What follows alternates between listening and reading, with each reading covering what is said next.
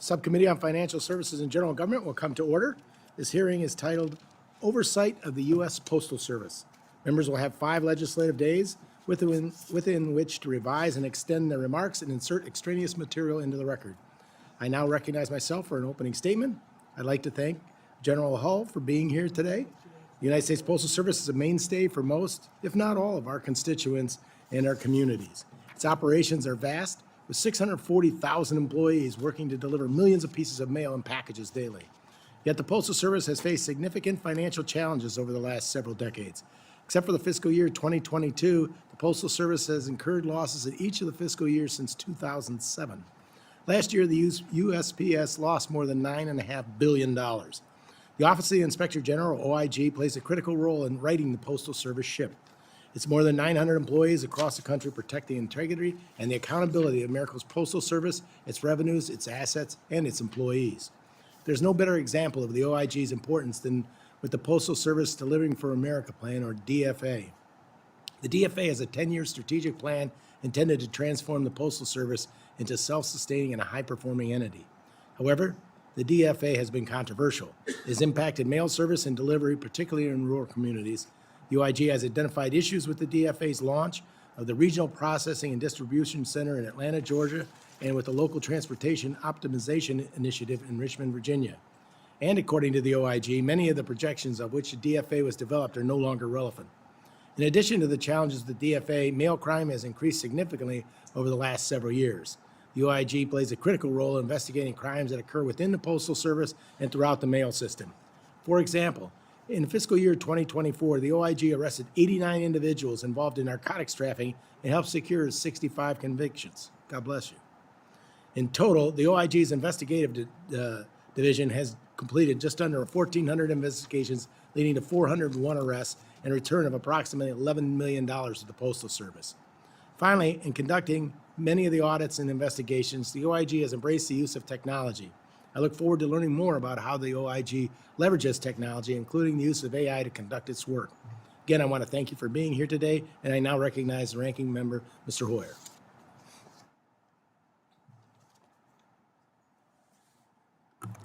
Thank you very much, Mr. Chairman, and thank you for scheduling this hearing with Ms. Hull. Obviously, this is a very important hearing. The Postal Service performs an extraordinary service. In fact, it's one of the first services that our founding fathers established so that the colonies and later the United States of America could be connected in all of its areas. This is a very, very important service that they perform. And obviously, Mr. Chairman, you mentioned the operating deficit that they have. One of the reasons for that, of course, is unlike a private sector company, it delivers to places that are not profitable and are costly and give a service, but do not pay their way, if you will. So I appreciate this hearing, so that Ms. Hull, the Inspector General, and I thank you for coming by my office, can bring us up to date on what you do and what your recommendations are with respect to the Postal Service going forward. Mr. Chairman, I am a strong supporter of the public Postal Service. Do not believe it ought to be privatized, because if it is privatized, it will obviously curtail, particularly in rural areas in our country, services that they now have, but which are not cost effective. Lastly, Mr. Chairman, let me say, and I'll submit a statement for the record. I know you'd like to hear it all, but I'll submit it for the record. But I would want to say I appreciate my short discussion both with staff and with you, that we are seeking to get the testimony of a significant number of the agencies over which we have jurisdiction. In particular, of course, I am very concerned about DOJ, OMB, and OPM, who over the last 90 days have had an extraordinary impact on our country. My belief is it's going to prove to be a very negative impact on our country, but it's certainly an impact which was not contemplated by the Congress of the United States nor provided for in our budgets. and agencies and departments and offices are being eliminated without congressional authority, and employees are being fired, riffed, displaced, whatever you want to refer to it, inconsistently with the law. So that I think it is absolutely essential that Mr. Musk, Ms. Gleason, Mr. Vogt, and others who have been involved in this process very deeply testify before this committee that has jurisdiction over their actions and their budgets. Although DOGE is using the budget of a previously established agency, but within our jurisdiction and including the White House, which is within our jurisdiction. And I'm pleased to hear that we're going to pursue that, because I believe that, frankly, government by executive order was not contemplated by our founding fathers, is not consistent with the Constitution. Every president has used executive orders extensively. This president, however, seems to be governing by executive order without regard to the authority of the Congress of the United States. So I'm pleased that we're going to be hearing from the principals who are directly involved in this. And I thank the committee for pursuing that objective. Thank you very much. Thank you, Mr. Hoyer. Today, we welcome the testimony of Tammy Hull, Inspector General for the United States Postal Service. General Hull, without objection, your full written testimony will be entered into the record. With that in mind, we ask you to please summarize your opening statement in 5 minutes. Thank you.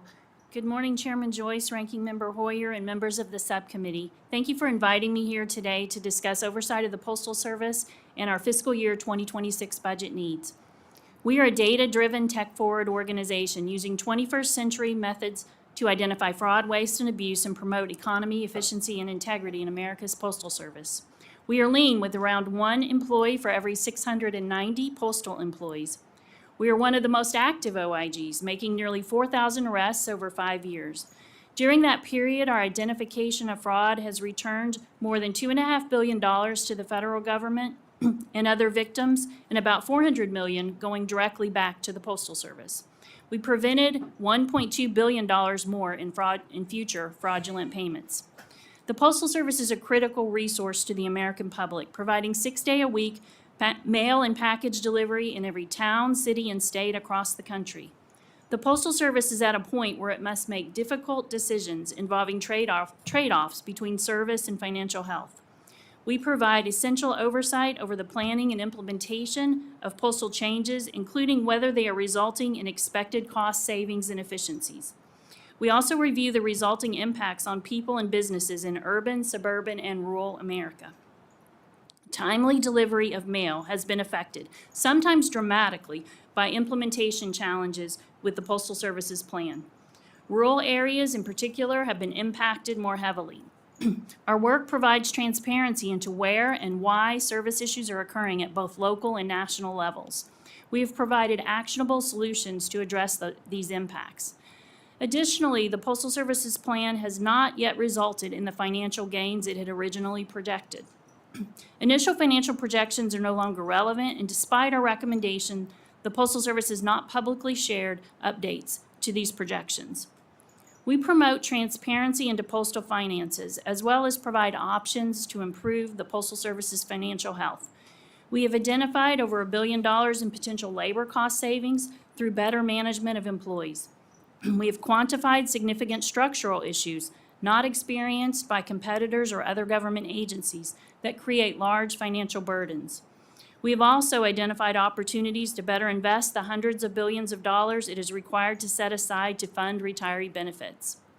Our work protects the American public and businesses at a time when crimes are becoming more common, more complex, and more difficult to stop. We are taking aggressive actions to identify and stop theft of checks and credit cards from the mail, including partnering with banks to create sophisticated analytical models that identify exactly where within a facility the mail is being stolen. We also protect the country from organized drug traffickers who collude with postal employees and use the mail to ship narcotics. Our investigations stop postal employees and healthcare providers from stealing hundreds of millions of taxpayer and ratepayer dollars through false workers' compensation claims. We are a proactive and responsive organization to the American public, to postal stakeholders, and to Congress. Our relatively flat budget has resulted in a loss of employees over time. We make the most of our limited resources by using sophisticated analytics to effectively allocate our budget and personnel. For example, we are beginning to leverage AI to organize millions of customer complaints, allowing us to quickly find where there may be delivery problems. Data insights also allow us to determine where our quick response teams should visit, where criminals are recruiting postal employees on social media sites, and where healthcare providers may be fraudulently charging the Postal Service. While data analytics and AI have allowed us to be more strategic and efficient, they have also highlighted how much more we could do. We've identified more than 100,000 potentially actionable leads that we do not have the resources to address. A decline in funding will only make that worse. For fiscal year 2026, we originally asked for a budget of $306.7 million, all of which would be funded by the Postal Service and not tax revenues. This would allow us to expand our investigative efforts to root out additional fraud, waste, and abuse. With these funds, we could build new, enhanced tools to independently monitor service, increasing our ability to react quickly as the Postal Service rolls out additional changes that impact Americans and their mail service. We are proud to keep Congress and the American public informed about the Postal Service, and I'm happy to answer any questions you might have. Incredible timing as well. I now recognize myself for questions. General Hall, for the first quarter of fiscal year 2025, there were 2 U.S. Postal Service districts in Ohio, one of which includes my district, that were among the worst service performance for single-piece first-class mail service. The Ohio 1 U.S. Postal Service District, which includes the 14th Congressional District, reported on-time 2-day mail service only 72% of the time. 3 to 5 day mail was on time approximately 59% of the time. Disturbingly, the other U.S. Postal Service district was worse scoring for their performance in quarter 1. General Hall, why has service performance declined over the last decade? Your office has undertaken several audits examining the services that U.S. Postal Service provides, particularly as part of a Delivering for America plan. Why is on-time delivery so difficult? And in your opinion, is Delivering for America failing us? And how can we ensure that the Postal Service is providing quality, cost-effective services? Thank you for the question. I think some of the challenges the Postal Service has faced relate to many of the changes that have been implemented with the DFA. When mail flows change, it's a big network, and when changes are made to the mail flow, a lot of things break, and that has happened with the DFA. I think some of the things that the Postal Service could have done to prevent some of these things, we saw in, for example, in Atlanta when they implemented the large RPDC, that they did not do a good job of making sure the staff was ready for it, that supervisors were trained, that people were in place so that when the changes were implemented, they could be absorbed more easily and more quickly. They also have challenges with maintaining experienced and trained supervisors across the country in many of their places. They have difficulty with ensuring that employees are clear on what the expectations are every day. It's a business that you do basically the same thing day after day after day. So it's really important that you have staff in place that are trained and that they are understand what the expectations are every day, and that supervisors are there to make sure that what should be occurring is actually occurring. So those are some of the things that we've seen in our work and some of the things that we're reporting to the Postal Service so that they can hopefully address many of these things across the country. Well, what can we do to ensure that the Americans, is the Postal Service is actually servicing rural Americans? I think obviously I'm from a rural area, and I really appreciate the service that the Postal Service provides rural communities across the country. It's really, really important to all areas of the country, but particularly in rural America. One of the reasons that we launched some of our work recently on local transportation optimization, which was kind of a pilot for the Postal Service to see how, if they change the way they pick up mail across the country, instead of picking up at the end of the day, they pick it up the next day, how that would impact some of these communities. And when they did that, we wanted to go out as well and see what that impact would look like. And we saw significant impacts across America, but mostly in those rural areas. Rural areas were much more likely to be impacted negatively in the service with that initiative. So the Postal Service saw that as well, and then they went in and made a change to their service standards to increase the amount of time that they would have in those areas. We want to keep up the oversight over the rollout of that regional transportation optimization, so that we can not only evaluate impacts across the country, but to focus on what that is doing in rural America. I now recognize the ranking member, Mr. Hoyer, for any questions he may have. Thank you very much, Mr. Chairman. First of all, let me ask you, what impact did the have on your service freezing at the 24 levels of funding? I'm sorry? What impact did the continuing resolution at 24 numbers have Oh, on okay. your agency? And what could you not do that you think you needed to do Right. in order to effectively Thank do you. your job? Yeah, appreciate it. We have, over the last couple of years, lost more than 10% of our staff. And as a result, that's kind of what has contributed to our identification of these leads. We're getting better in the technology and how we use technology to identify leads, but technology does not investigate crime, it does not arrest people, it does not put people in jail, and it doesn't do audit work so that we can report and make recommendations to the Postal Service. There are things that computers do very well, and there are things that we need people to do. So we've had to reduce both auditors and investigators by more than 10%. And what can you estimate the cost of that? The recovery or the fraud or waste that was not identified? Right. There's clearly an impact in that. We identify about $13 for every dollar that is spent on our budget. So there's a significant impact in that. I think we as an OIG are a little bit different than other IGs in that we have slightly more than half of our staff are in the investigative side, because the Postal Service has such a large employee population that move things of value across a network. There's lots of opportunity for mischief. And so there's impacts not just in identification of potential efficiencies. There's also significant implications on our ability to stop crime, shipment of narcotics, also theft of checks and credit cards in the mail. What was your total savings for the previous fiscal year from the investigations that you did? Yeah, we generally identify about $1 billion on the audit side a year, and then about 250 million or so in the investigative side, but we'll get you the specific numbers on that. Thank you for that. Last question would be,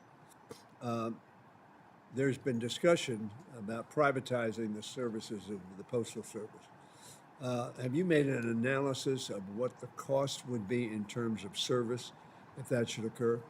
Yeah, we recently issued a white paper, a research paper on where we looked at 25 posts around the world, and some of those posts have been partially or fully privatized. We wanted to kind of look at the implications of that, what it might mean for the Postal Service. And what we found as it relates to privatization is that it's a long road. It's not an easy thing to do, and it takes a long time for those that have been privatized. In fact, in the last 10 years, only one post in the world has been privatized. Most of the privatizations occurred much longer ago.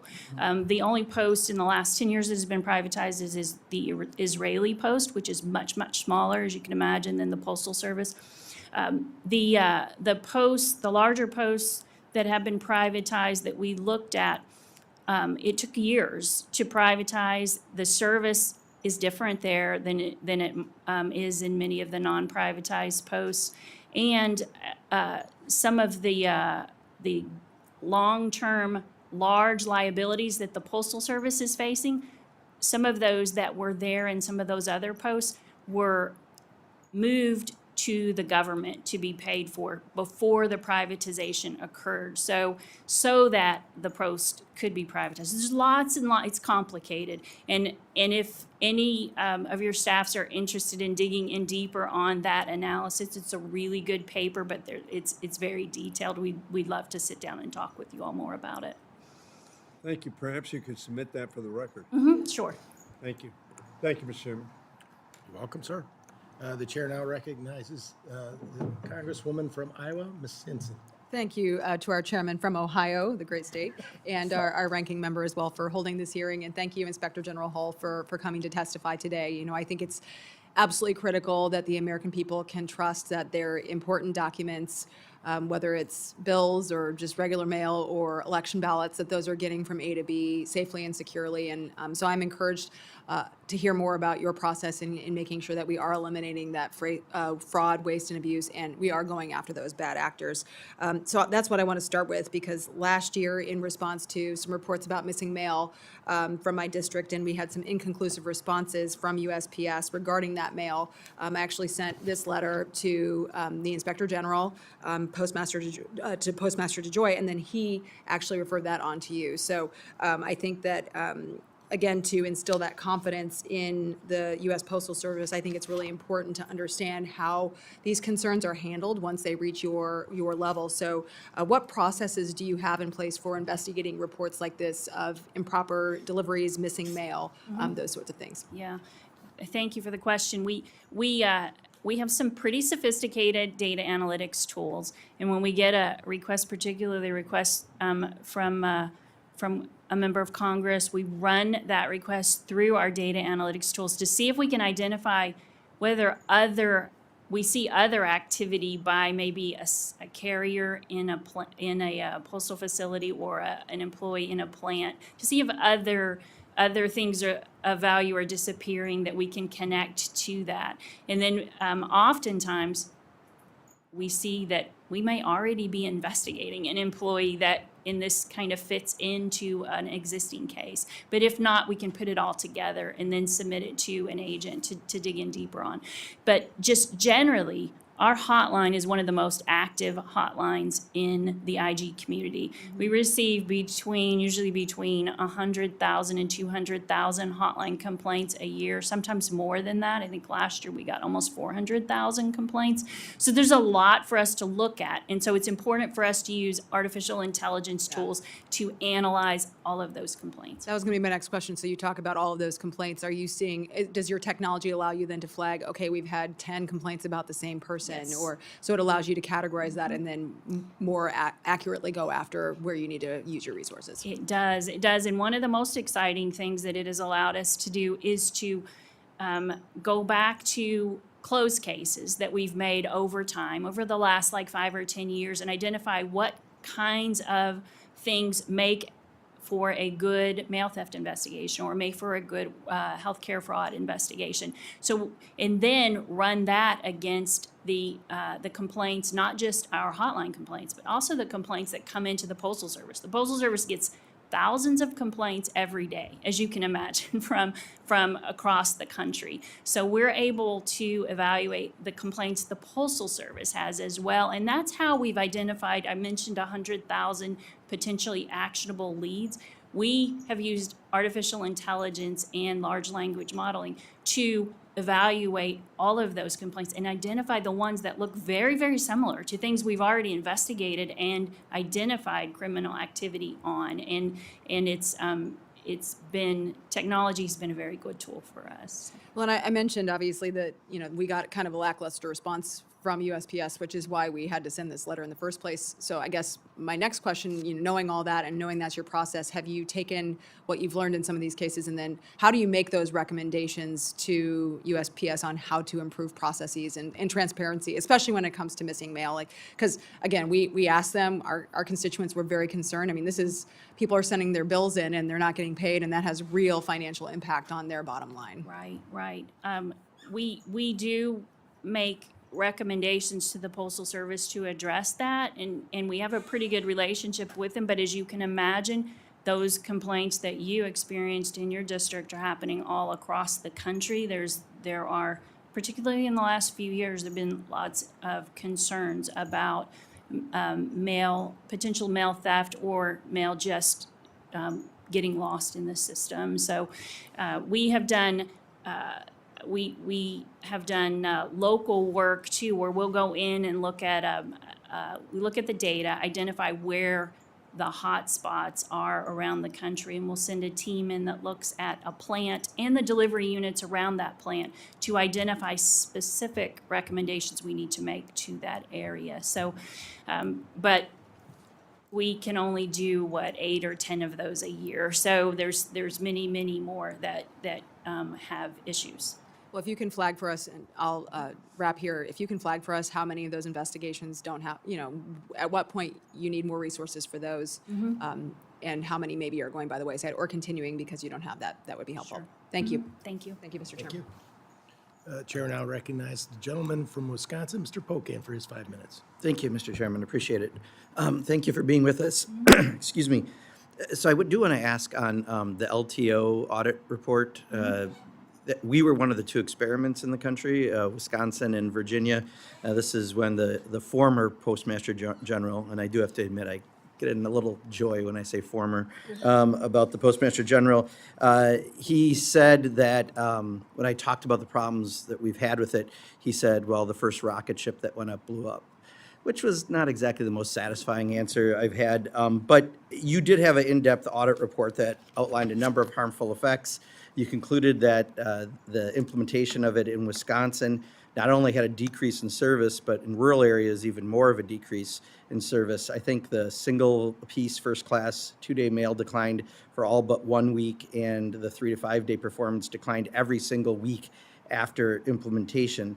So clearly, the response by someone who's normal would have been to say we better reevaluate this before we go farther, and instead this is being expanded now nationwide, if I understand right. So I guess my questions are, can you talk a little more about what we learned on those harmful effects, and if this is going to be rolled out nationwide, which if I understand right, it is being rolled out, what's being done differently so that they also don't have rocket ships that blow up?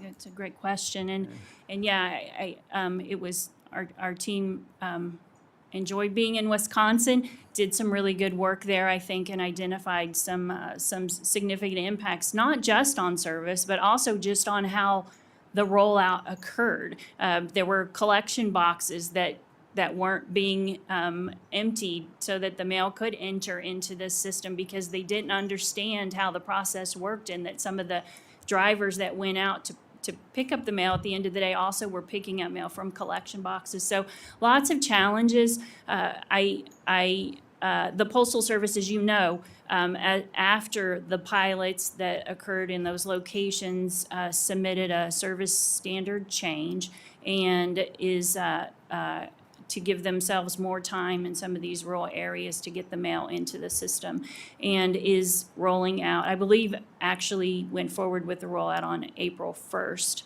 So we will be evaluating, our audit teams will be out there looking at the impact on rural areas and just on America in general to see how the rollout is occurring and whether or not, because the Postal Service, I think one of their arguments for it is that it's not going to delay beyond the 5 days. They have a 1 to 5 day standard. So if I can just stop you there. So Sure. 24% of Wisconsin's affected by this rollout, and it sounds like you're saying they understand there's going to be delays in mail. We sent something recently from Madison to Milwaukee. It took 3 weeks to be delivered. Now, yeah.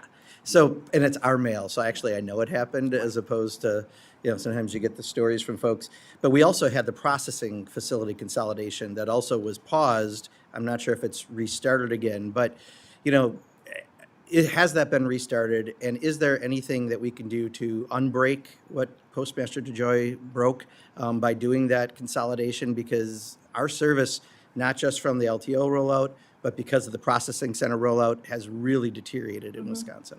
Yeah, I appreciate what your experience being different than what the Postal Service is reporting in its service scores. And that's one of the reasons that we're requesting a little bit of additional money so that we can build a kind of a validation of the service that they're reporting. Because right now, we do not have the resources to do an independent validation of the service scores the Postal Service is reporting. We just don't have that, but we're getting really good at data and how to use data. I think there's a real opportunity for us to leverage that and be able to tell you and to hear from you what you're experiencing and to validate that in the Postal Service. Do you know if they systems. reinstituted the processing center consolidation? I don't know, but we'll get back to you Okay, on that. appreciate Yes. that. And then just one last question. How much interaction do you have with Doge?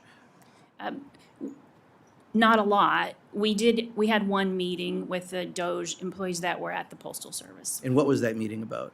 It was just a kind of an introductory meeting with them, kind of so that we could share a bit of what we do as in our Yeah, office. and who came from Doge? There were 2 Doge employees that are at the Postal Could you get Service. us the names of those folks? And if you have it, the contacts, because as a member of Congress, there's no email or phone number on the Doge website. We called using our congressional liaison contacts, had no luck.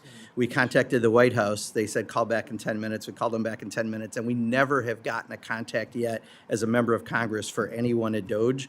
So if you have 2 emails, phone numbers, I'd like to know the names and the contact information, because at least that'd be very helpful. I See what really we can do appreciate it. on that. Thank you. Yield back.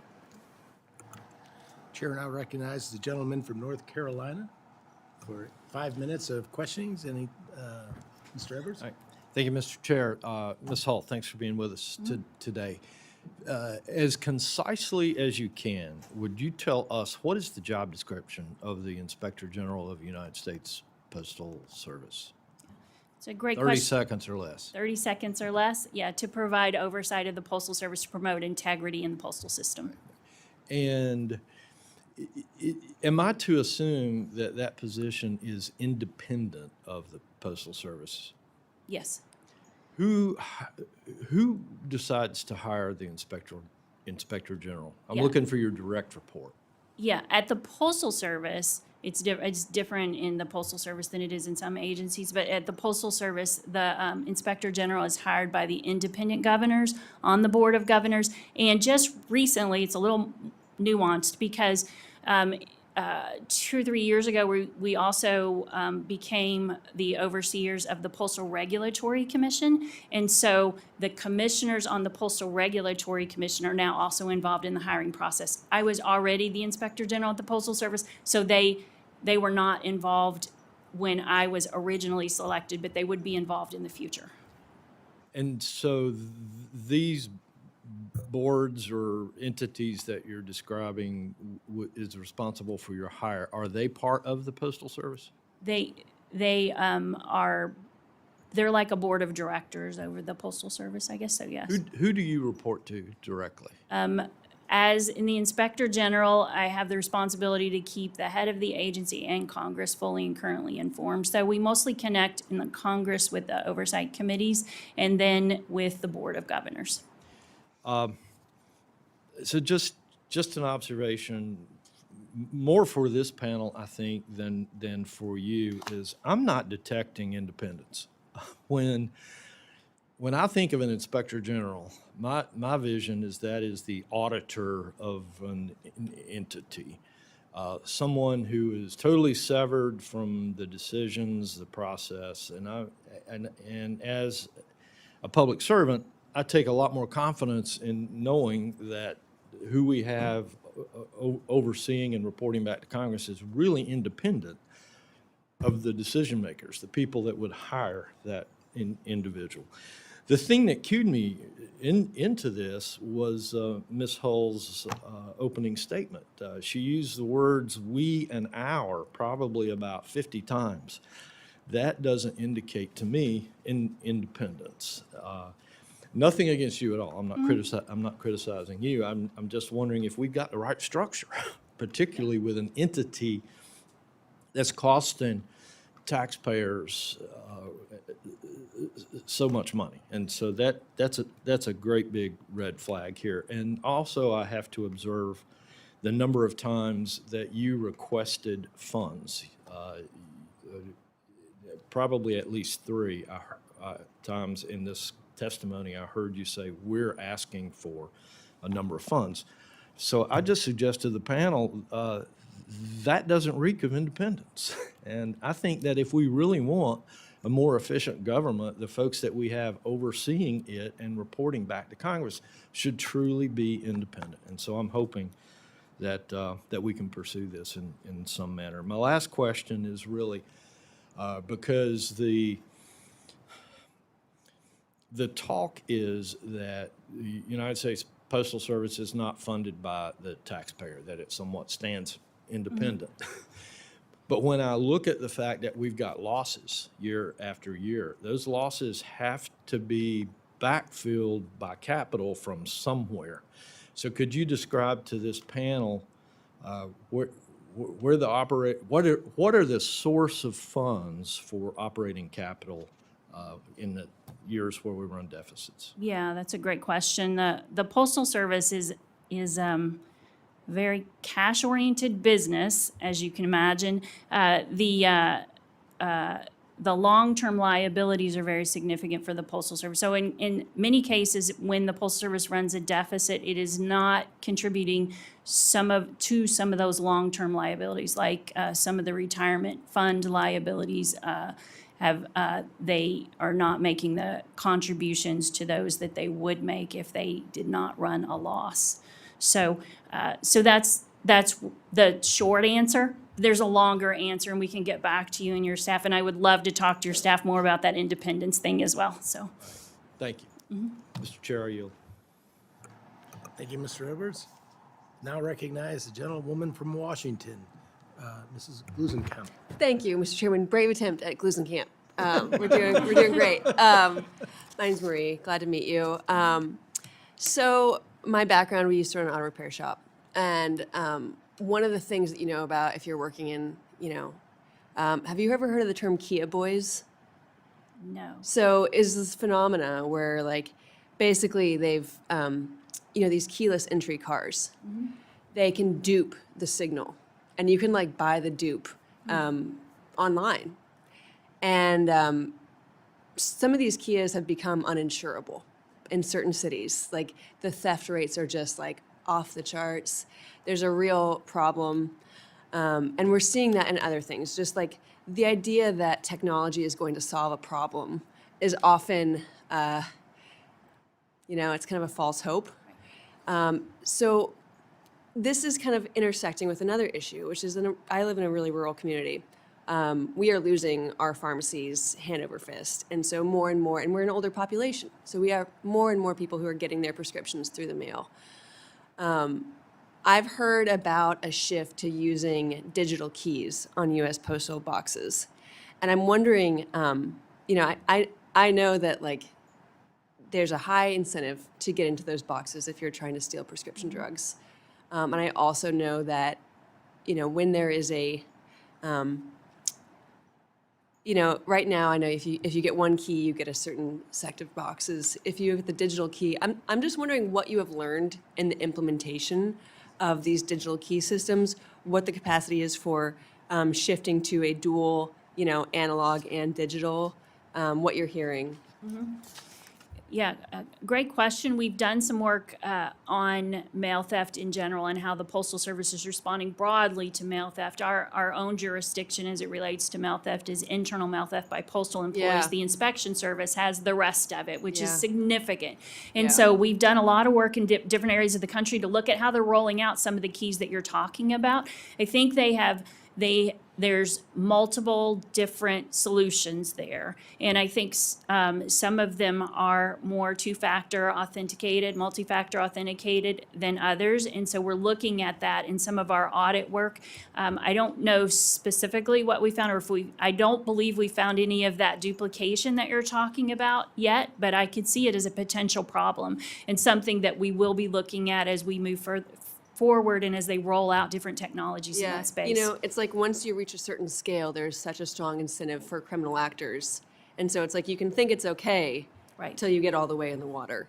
And so like I would just urge you to look at other models where that has led to profound, marginal rate of return for criminal actors and stealing my community's very necessary prescription drugs. Another question I had, mail carriers are like right up there with firefighters, right? Like they are a really critical linchpin in people having a sense of community. I remember reading a study that people who know the name of their mail carrier live an additional 3 years. Like just the sense of community connection and all of these ancillary things are critical to having a sense of a democratic country, nation where we know each other and have a system of laws and order. So as you're making, but we're seeing changes in delivery times, and we're seeing a lot of, I think what Mr. Bocan was getting at here with rural communities being sites for efficiency, but they're critical for our sense of community and for rural businesses.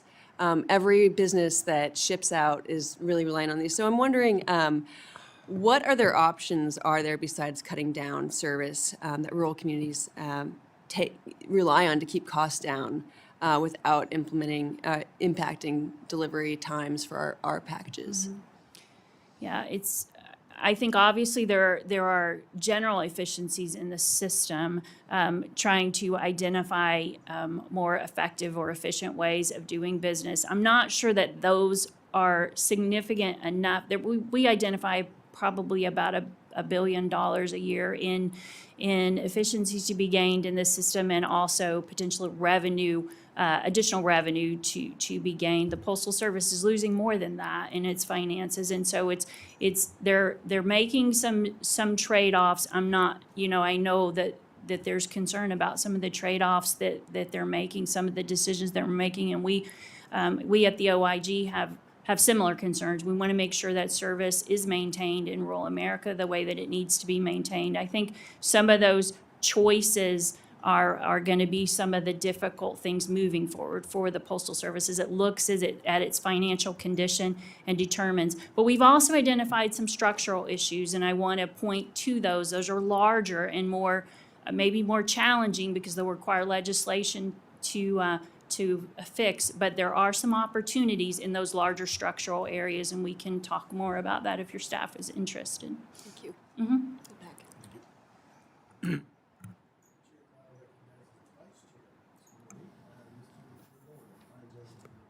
Thank you, Mr. Joyce. I appreciate that welcomed introduction. It's my job on this side of the aisle to back cleanup for us. I'm the fourth person to go here. We've talked about a couple of different important issues, and I appreciate you being with us today. I want to talk a little about safety of our letter carriers, because since 2020, over 2,000 carriers have been assaulted or robbed, often for the arrow keys that Ms. Glusenkamp-Perez was talking about, that unlock dozens of mailboxes, opening the door to identity theft and financial fraud. Shockingly, and this is crazy to me, a mere 14% of those incidents wind up becoming prosecuted. In one case, a carrier was robbed at gunpoint, and the criminal got just 30 days. I think the safety of our postal workers shouldn't depend on geography or a prosecutor's discretion like that. It must be a national standard backed by serious consequences. Ms. Hull, are you aware of the Protect Our Letter Carriers Act, H.R. 1065? Yes. I'm a proud co-sponsor of this legislation that would strengthen postal workers' safety by funding secure replacements for those arrow keys. It would increase penalties for assaults on carriers, and it would require each U.S. Attorney's Office to designate a prosecutor to address the current 86% non-prosecution rate. Based on your experience, the job that you're in, and your position, do you believe these provisions would help reduce the incidence of assaults on letter carriers? It seems that they would. I don't, I haven't analyzed the legislation to that level, but we have big concerns as well. We have more than half of our staff is law enforcement, and we work with the inspection service on many of the cases that we start. Oftentimes, we're not sure at the beginning of a case whether it's an external or an internal or both that have collaborated on committing criminal activity. So we're supportive of the inspection service and in its efforts to prosecute these cases. Great. I'm a little biased. I sponsor the legislation, so I think it will help. But tell us, based upon your experience and your position, what else can and should be done to help increase the safety of our letter carriers? Yeah, I think it's a great question. I think making sure that there is good supervision, that supervisors know their letter carriers and that they're very attentive to their needs, that when a letter carrier is in a difficult neighborhood, because sometimes we forget these carriers are in, they're not all of the neighborhoods that these carriers are in every day look like your neighborhood or my neighborhood. Oftentimes they're in difficult neighborhoods and delivering mail every day to challenging places. So making sure that they're attuned to the needs of the letter carriers and watching out for their the carriers and being responsive when the carrier needs help. Great. In my 2 minutes left, I just want to shift gears a little bit to a more local issue. And the post offices throughout the nation are quite often cornerstones of our communities. But I have a frustrating thing going on in my district. About 2 years ago, on about May 26th of 2023, the post office in Sound Beach announced what they called a temporary closure 2 years ago for what they called structural repairs. And yet, despite them labeling it as temporary, that closure still exists today. For those 2 years, nearly 9,000 residents have been left without access to essential postal services and have been forced to go to a neighboring township, Miller Place, just to pick up their mail. I've repeatedly tried to work with some of your colleagues in the Postal Service to clearly, I'm talking about the management level, I'm not talking about the letter carriers who are hard at work every day. The management folks have blown us off for the last couple of years, just throwing bureaucracy at us. And I think that the Sound Beach case is a clear example of what happens when the Postal Service ignores its duty to serve the public. Mr. Hoyer talked about the roots being in the Constitution. Article 1, Section 8, Clause 7 gave Congress the opportunity to establish a post office, and it rightfully did. But by having essentially a closure of the post office that they're dismissing as temporary, but really seems to the community as permanent, is quite frustrating. So my question to you is, what does temporary mean in the post office with respect to a closure? Is it a day? Is it a week? Is it a month? Is it a year? Is it, or is it just an excuse to deny customer service? We've done some work in this space in the past, and I don't know the last report that we issued in this area because it's something that comes up relatively frequently. So I don't know the answer on the definition the Postal Service uses for temporary, but I do know the problem that you express is not just in your district, it's in other places across the country. And it's something that we will look back into the work that we've done, and if there's a need to go back in and look at that again to see what the Postal Service is doing with these temporary closures, we will get with your staff and talk more about it. We'd be happy to, because I know it's a concern that happens frequently. If you'll indulge me, Mr. Chairman, you as the Inspector General oversee fraud issues, right? What's the definition of fraud, basically? Fraud is, this is probably not the dictionary definition, but it's taking money that doesn't belong to you. With the intent to deceive. It's Yes. doing something with the intent to deceive in order to get a gain. Yeah. I think that telling our customers this is a temporary closure, is an element of fraud. They're not telling the truth. They intend to save money by keeping services low, reduced, or even zero. And I think it's fraudulent. I think your office can look Yeah, into that. we can look into it. I Thank yield, you. Chairman. Chair now recognizes a gentleman from Georgia, Mr. Bishop, for any questions he may have for 5 minutes. Thank you very much. I was looking at the Postal Regulatory Commission's advisory opinion, and it made a number of recommendations. Can you comment on the extent to which the Postal Service has acted on those recommendations?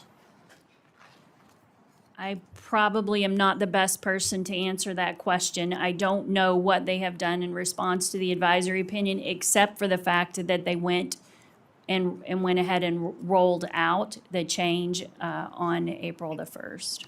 And the advisory opinion actually suggested that it was not ready for rollout. Right, right. And of course, it identified a number of deficiencies in modeling and et cetera.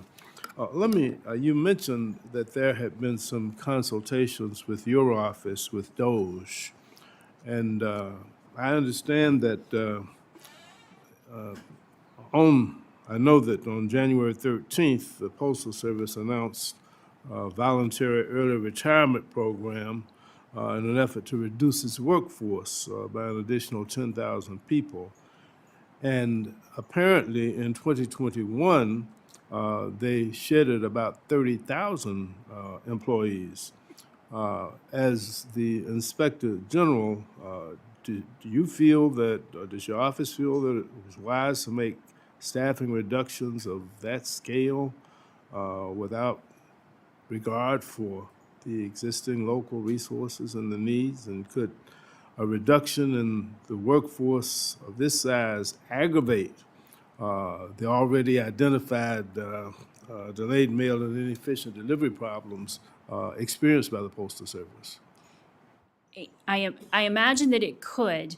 I also think that the Postal Service is a massive organization, and it's hiring thousands of people every year and letting thousands of people go every year. So it just depends on where those people are reduced from. If those locations are ones where they're already understaffed, then obviously it will have a significant impact.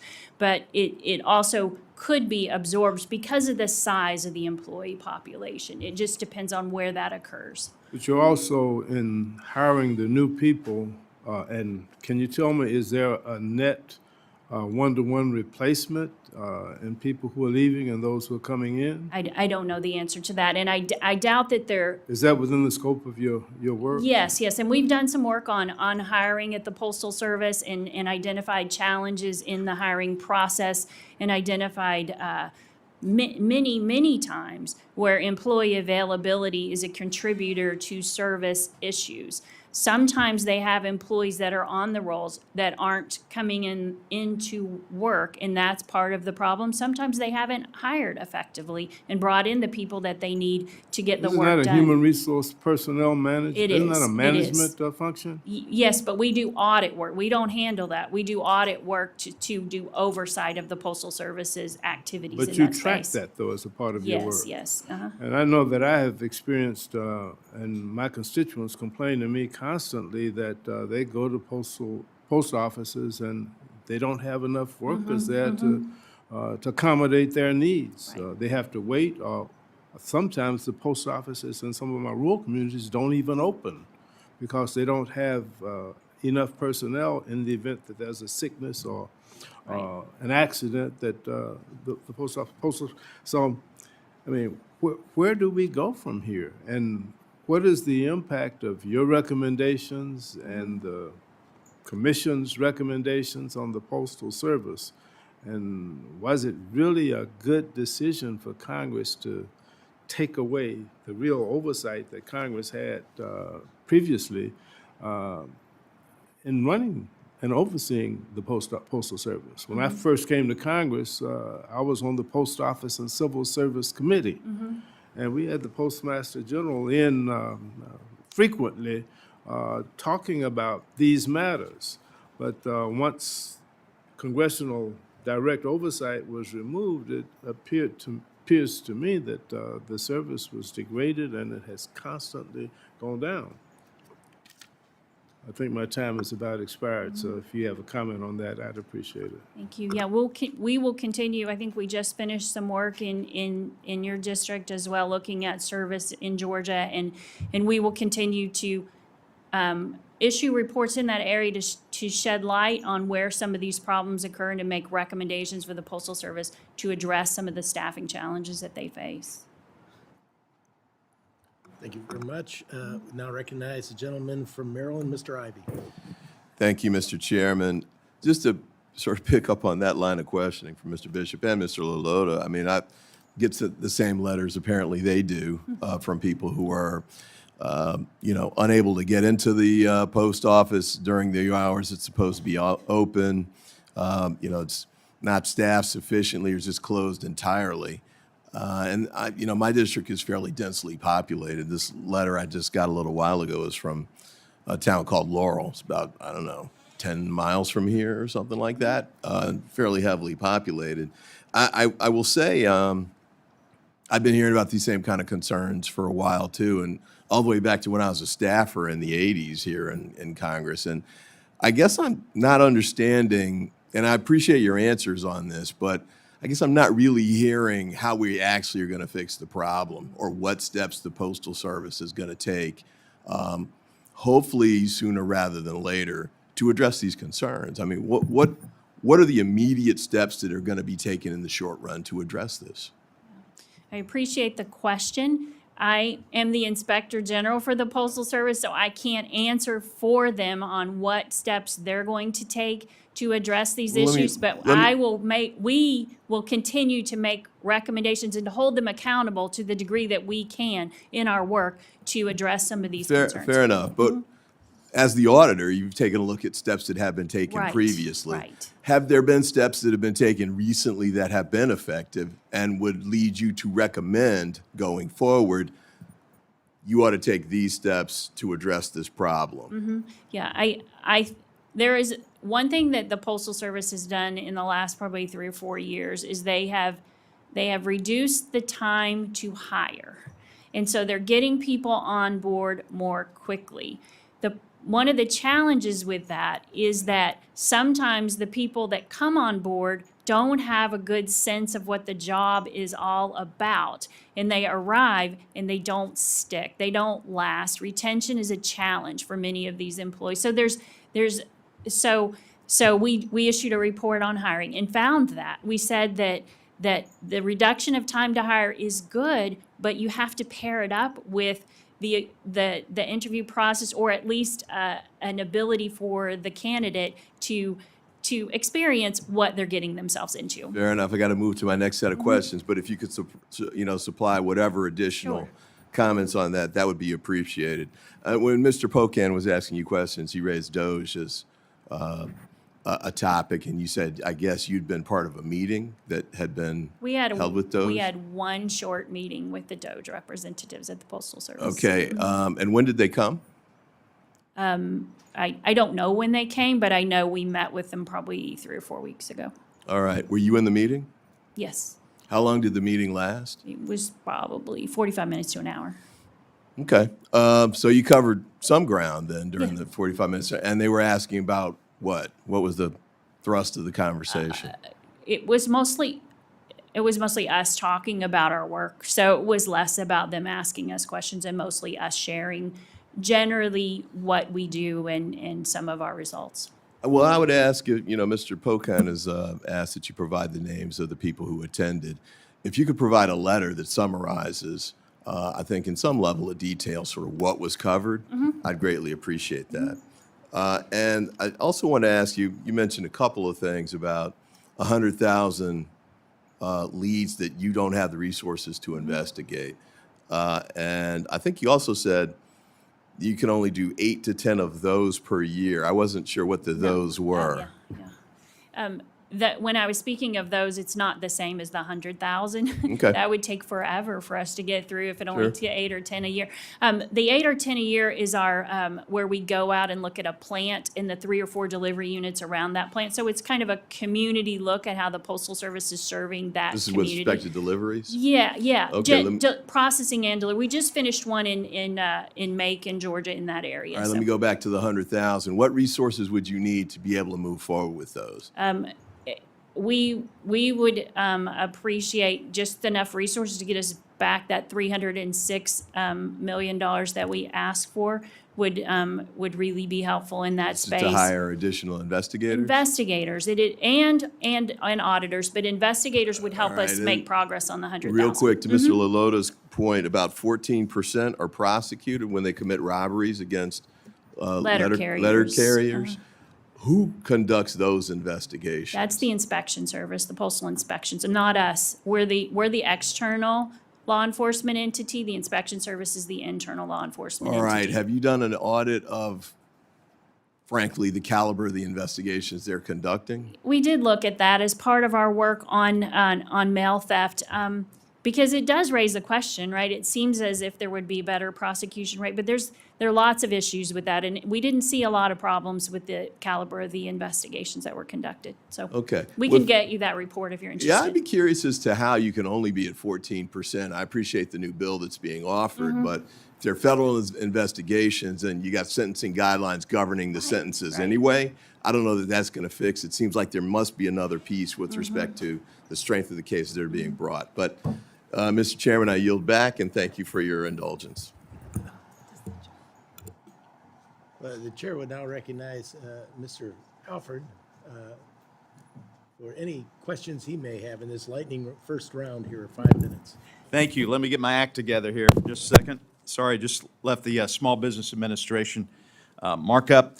But thank you, Chairman Joyce and Ranking Member, my good friend Steny Hoyer. Thank you for holding this important hearing today. The Post Office is one of the few federal institutions explicitly established by the Constitution.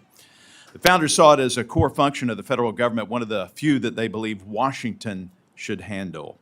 In recent years, the Post Office has consistently failed, though, to meet its basic obligation, delivering mail on time.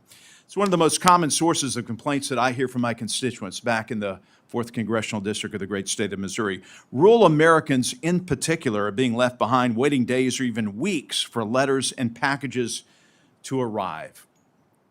A small business in my district called Cackle Hatchery is one of the few remaining hobby hatcheries of chickens in the United States, and they rely on the United States Postal Service to deliver these live chickens that have a lifespan in the mail of about 5 days. The problem is they're not getting there. The chicks end up dead, the insurance is not covering it, and they're losing $40,000 a month. Cackle Hatchery raises and mails those chicks to make a living for themselves and to offer these chicks that grow up to be chickens that, you know, the price of eggs these days, we need laying chickens. Well, another constituent has told me that due to delays in receiving their paycheck, they face having their electricity and heat shut off due to overdue bills. They want to pay the bills, but it's not getting to the people, the utility companies. Delays like this are why I was proud to introduce the Pony Up Act alongside Congressman Graves and Congressman Cleaver, a bipartisan bill to force the post office to compensate constituents for any late fees due to late delivery of bills. Ms. Hull, thank you so much for being here. We had a great discussion before this committee hearing began. Do you think the Pony Up Act or similar legislation would help incentivize the post office to deliver mail to rural Americans on time? I haven't analyzed the bill in depth, but I do believe that work to put attention on this area and to really push the Postal Service to deliver on time would be a good thing. I'm very interested in the business that you spoke of that ships baby chicks. We're in the middle of doing an audit right now on the shipment of the Postal Service, and because they do, we call it shipment of lives Right. in the mail. And so we've never looked at that as part of our OIG work. And so we thought that would be a really good area for us to look at, because the Postal Service is the only logistics entity that ships baby chicks, things like that in the mail. So that, I'm not sure, we've spoken with your constituent, we've spoken to others in the business, so maybe we could reach out to you and talk with I them will about their facilitate that experience. for you, and love for you to come down and visit. It's a great operation there in our district. I'm going to move off my scripted questions. Sorry to the staff on that, but you and I were talking. What problems has Amazon posed for you in delivering U.S. mail? The added increase in Amazon deliveries, even on Sunday, by U.S. postal carriers.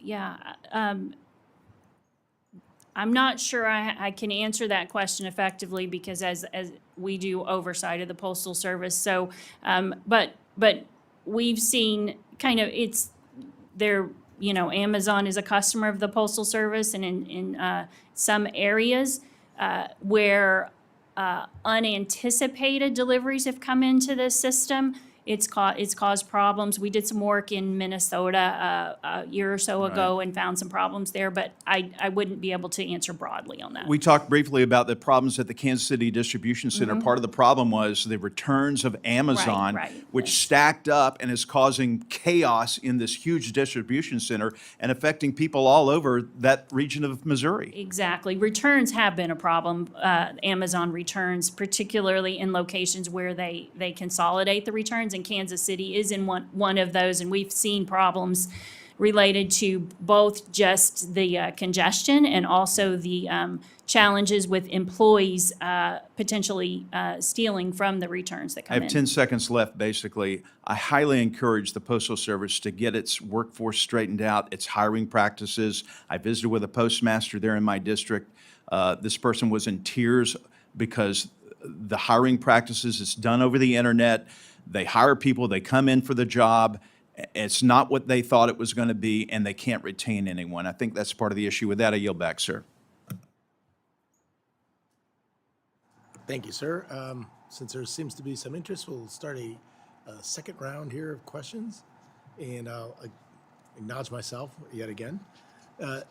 If I'm not mistaken, the Postal Service, when they deployed a 10-year strategic plan, Delivering for America plan, projected significant overall savings for the Postal Service.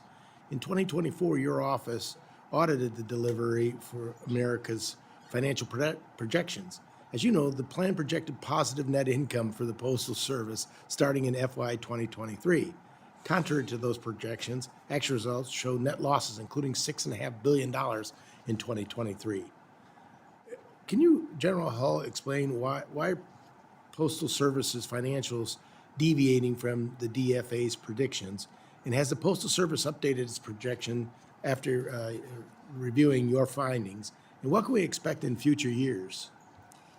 Yeah, in that report, the Postal Service indicated to us that inflation had a significant impact on their financials. And we looked at that and did find that inflation had an impact. But we also found that work hour reductions, which is what saves the money on the salaries and benefits side, were not occurring as quickly as they had projected. And as a result, a lot of the savings that they had intended to get out of the DFA were not being experienced.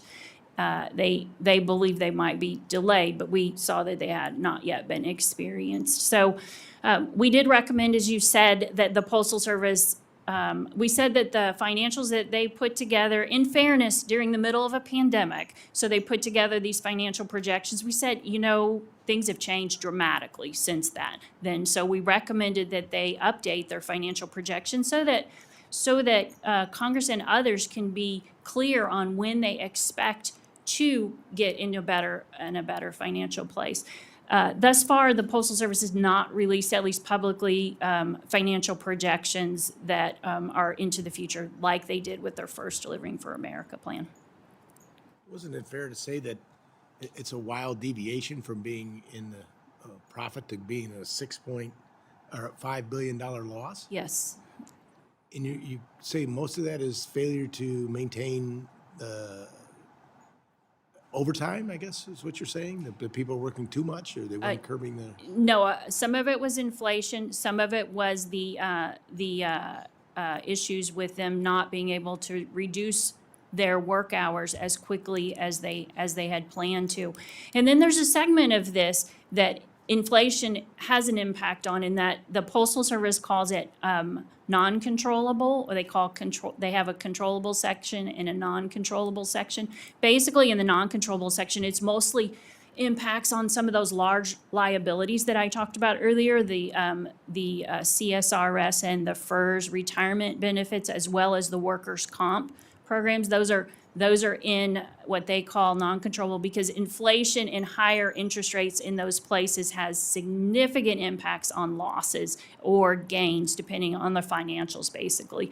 So they have a controllable and a non-controllable. It's complicated. The Postal Service financials are kind of difficult sometimes to decipher, but yes, they clearly were far from what they originally projected, which is why we believe that it would be very beneficial to them to come out with additional new projections. Do you think it'd be beneficial to deviate from the original Delivering for America plan to something that works? I think that obviously there have been many issues in execution of that plan. So I think looking at the plan is not a bad thing to see if there are needs to change the direction. Recognize Mr. Hoyer for any questions he may have. Thank you very much, Mr. Chairman. Did they call you General Hull? You can call me whatever you would like. No, I can't do that.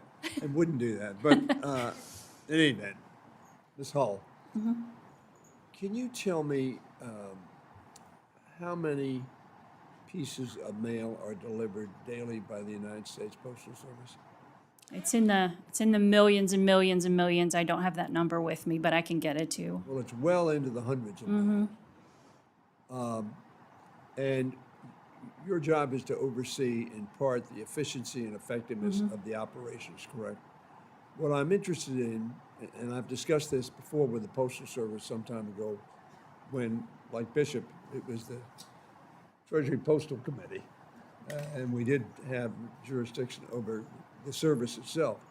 Do you have any knowledge of whether efficiency vis-a-vis hundreds of millions of pieces of mail being delivered on time at the right site to the person that was the addressee, vis-a-vis the mistakes and the slowness of delivery? In other words, have we gotten less efficient, more efficient, stayed the same? Is that part of your analysis that you do? Yeah, I'm not sure that we have done that analysis. We've tracked things like service over time, trending in service. I think one of the challenges the Postal Service faces is that mail volume, as significant as it is, has declined pretty significantly over time. And we have a paper that's coming out probably in the next month or so that talks about mail declines over time and projections into the future of what that could look like, because you have to think about that as you move forward and determine how to size your network and where you need staff and things like that. In many respects, that's due to digital communications. Right. Yeah. I'd like to get some sense, and by the way, I think our committee also has an interest in what you say reporting to the Oversight Committee in terms of that, because to some degree that impacts on our responsibilities as well, and yours. I want to go to DOJ that met with you. Was there, at any time, was there a discussion about any study that related to the complement of federal employees or postal employees that were needed to do the job that was expected of them? In other words, what I'm saying, was there anything which DOJ or you based your analysis on the proper level? I happen to believe the government needs to be right-sized. And whatever we ask them to do, they need the right number of people to do it. And if we don't want to do it, we need to cut the number of employees. But I have not heard of any studies on which DOGE is relying to come to a level of employment, particularly when you send 2 million people a notice that you can quit if you want, and we'll pay you for the next 6 months. Do you know of any such study, and was any discussed? I am not aware of any study, and we did not discuss that when we met with them. Thank you, Mr. Chairman. Thank you. Now, recognize the gentlewoman from Iowa. Thank you, Mr. Chairman, for the second round. I want to move on to facilities and kind of some of the current concerns we have there. In December 2024, then Postmaster General DeJoy claimed over 31,000 facilities were in shockingly horrible condition with over $20 billion in deferred maintenance. And so my biggest concern with this is I am worried about not only the conditions for the workforce, but also for executing their jobs effectively. So do you think that these deferred maintenance issues and the, frankly, ill-equipped buildings are actually slowing down services for the American people? What we've seen as we go out and do our work, I talked about that when we go out and do local work where we do a plant and delivery units around it, we see lots and lots of issues with deferred maintenance, lots of issues with ceilings falling down or broken things in the parking lot, potentially safety issues to some degree. So we have launched a job that we're in the middle of right now that looks at deferred maintenance more broadly across the Postal Service, and we hope to issue that probably in 3 or 4 months. So we'll know more when we look at it broadly. We just know kind of the individual situations that we've seen that are pretty shocking in some places.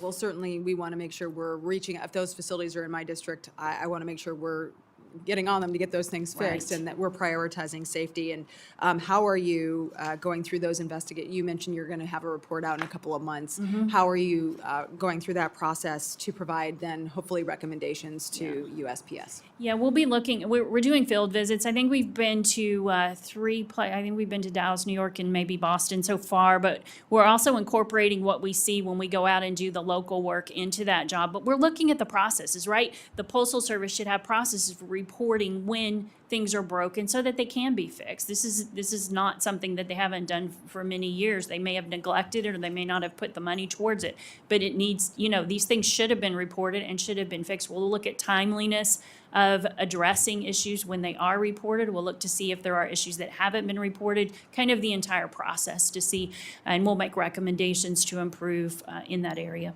Okay. Are there any recommendations you've already made to USPS that they have not implemented properly, or things that could significantly improve service along the way? Yeah. On the deferred maintenance, I'm not aware of any that are still open. When we go out and look at the individual plants and delivery units, we will make recommendations locally to address the things. For example, if we see a broken toilet or a ceiling that's falling down or poor working conditions, things like that for employees or customers, we'll make recommendations for fixes there, and generally they handle those pretty quickly. But I mean, there are, 30,000 or so places around the country we can't be in, many of them. So I would be interested do you have any district by district or maybe even state level data that you could share with me Sure. specifically for Iowa? But I'd be interested in seeing those breakdowns. definitely. Okay, thank you. I yield back.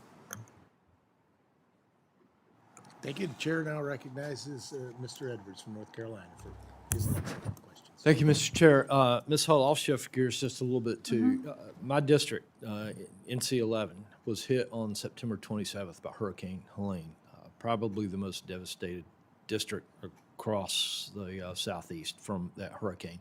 We've got a number of post offices that were destroyed, that are still inoperable. Constituents are getting antsy. In many cases, folks have to drive up to an hour to get to the closest post office. What can I take back home and give them some confidence that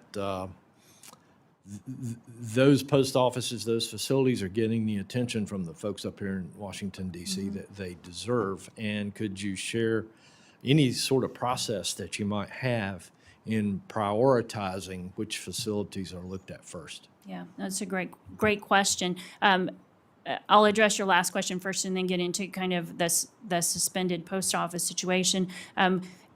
Generally, when we're deciding where to go and look in those local projects, we look mostly at service level data. We look at how the community is being served in the service scores, whether there are routes that are not being delivered, things like that.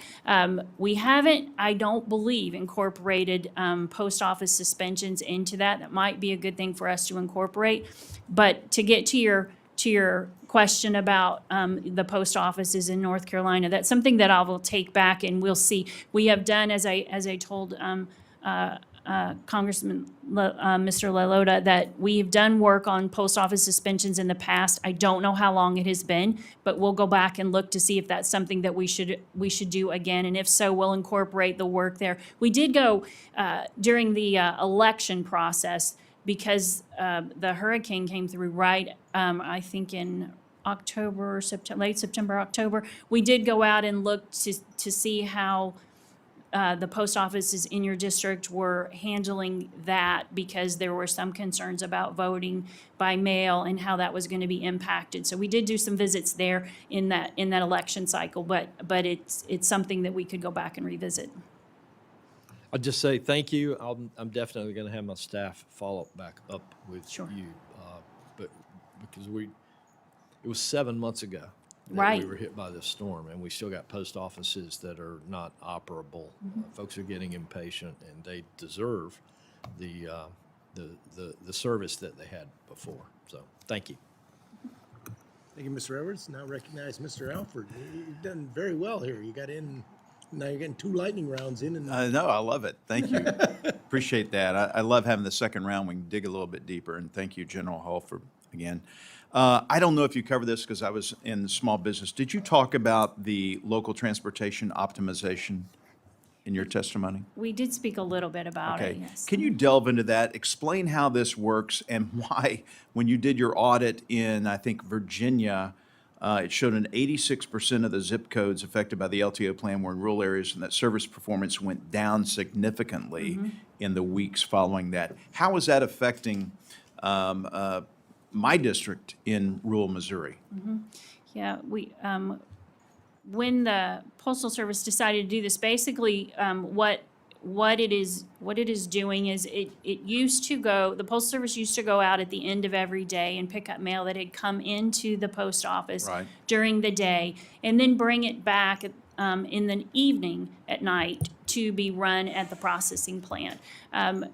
Oftentimes, at least according to the Postal Service, there wasn't a lot of mail there, and it was costing a good bit of money to do those routes. And so what they have decided to do is, instead of doing that evening route to all of these post offices, they would pick up that mail in the morning when they bring the mail to the carriers to be sorted and delivered. So instead of doing 2 or sometimes more than 2 stops a day at a post office, they're just going to do the 1 in the morning. So what that generally does in many of those locations is add at least a partial delivery day, to some degree a full delivery day on that mail. The Postal Service maintains that the LTO that they did was a pilot project, and they did it in, I believe, 15 locations around the country. And then they filed a service standard change to add a day of a delivery to the service standard for those locations that To would be cover that impacted. loss. Yes. How much money did that save in doing that? Well, it's just rolled out, I believe, in April, or early April. I think they project that there will be several $billion of savings annually associated with that, but so far, it's just starting. So that's one thing that we will be looking at, is whether or not those savings are being realized as part of this implementation process. But another thing that we'll be looking at is what the service implications of that are, and whether or not the Postal Service is able to do this, provide this service within the 5 days that they have projected that they will be able to meet. So it's a big change in the postal network, something that could have significant implications. For my last 2 minutes, I want to go back to the workforce issues. I think this is very important for the stability and long-term survivability of the Postal Service. What changes do you recommend we make in that? The hiring process? Right. I think that the Postal Service really needs to, when they hire, you can hire quickly, but you can hire badly quickly, and that's not helpful. So I think making sure that when they do bring someone on board, that it's someone that understands the nature of the job and is willing to invest in that. The Postal Service, I think, is a bit of a throwback organization. I have a lot of passion for what they do and how they serve rural America, but it's a tough job. Many of these jobs are very physical and they're very labor intensive, and you don't see a lot of jobs like that in America, at least to the scale the Postal Service has nowadays. And so making sure that people understand what they're getting themselves into when they do come into the Postal Service. But it's also a great career if especially for people that may not want to get a college degree straight out of high school. There's a lot of opportunities that the Postal Service can offer to people in that space. So I think But they're applying online and they come in and they accept the job and they don't know what the job is and then they Exactly. quit when they find out how tough it is. Yes, exactly. And so making sure that it's clear, talking to a supervisor before you show up on day one. You got to have a face-to-face Right, interview at some right. point before you. Yeah. And offer it. having the supervisors be upfront about the job, what it entails, how much they're gonna need to work. Many of these incoming people have to work, 6 days in a row every week or things like, it's a tough job. And Mr. Chair, may I ask one more question? Thank you. Appreciate that. Look, I know the Postal Service is provided for under the Constitution. I don't think should ever be privatized. But are there things that you're looking at in the private sector, processes at Amazon? I mean, you can get things at your doorstep like that. UPS. Are you looking at these and trying to adopt the best practices so that we can have the best postal service in the world?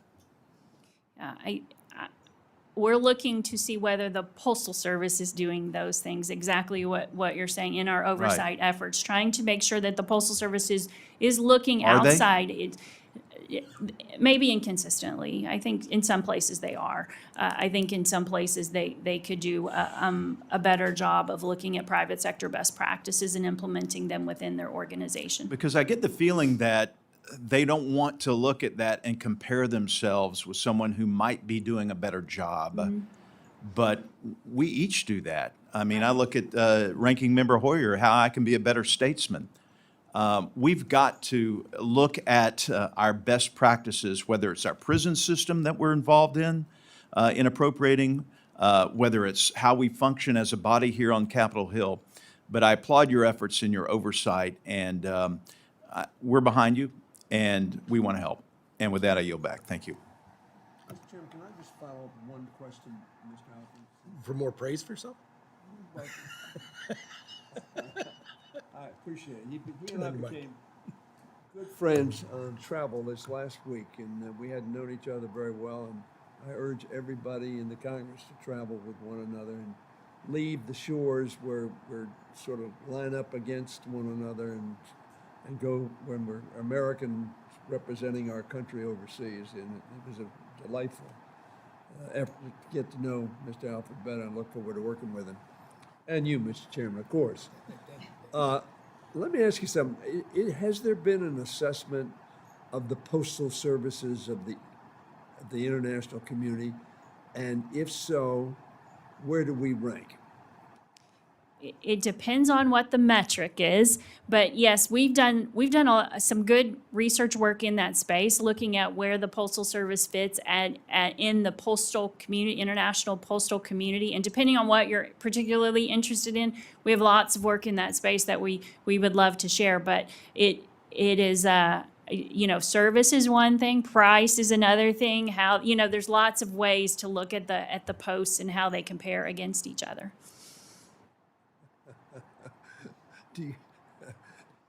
I understand a lot of metrics. Has there been any assessment of where we stand, generally speaking, in the postal services of everybody has a postal service? yeah, again, we've done some, we did, like, for example, we did some work on looking at first-class mail stamp prices and how the Postal Service compared, and actually found that the Postal Service is one of the least expensive posts around the world to mail a first-class letter. We've also, the work that I spoke of earlier on the privatization or the structure thing is the most recent work we've done in that space to look at how the Postal Service compares structurally, financially, what are the universal service obligations that are required for each of the posts. It's a very interesting paper and gets into a lot of what you're talking about. Thank you. Thank you, Mr. Hoyer. And with that, our hearing is concluded. I'd like to thank General Hull today for being here, for her candor. And there may be some members who would like to submit questions for the record. Please submit any questions for the record to the subcommittee staff within the next 7 days. We stand adjourned. Ms. Hull? Thank you. Great to see you.